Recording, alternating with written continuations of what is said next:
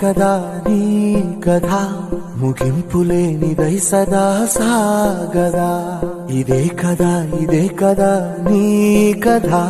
ముగింపులేనిదై సదా సాగదా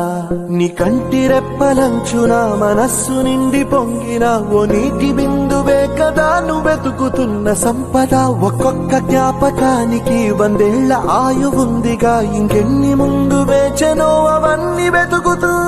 పదా మనుష్యులందు నీ కథ మహర్షిలాగా సాగదా మనుష్యులందు నీ కథ మహర్షిలాగా సాగదా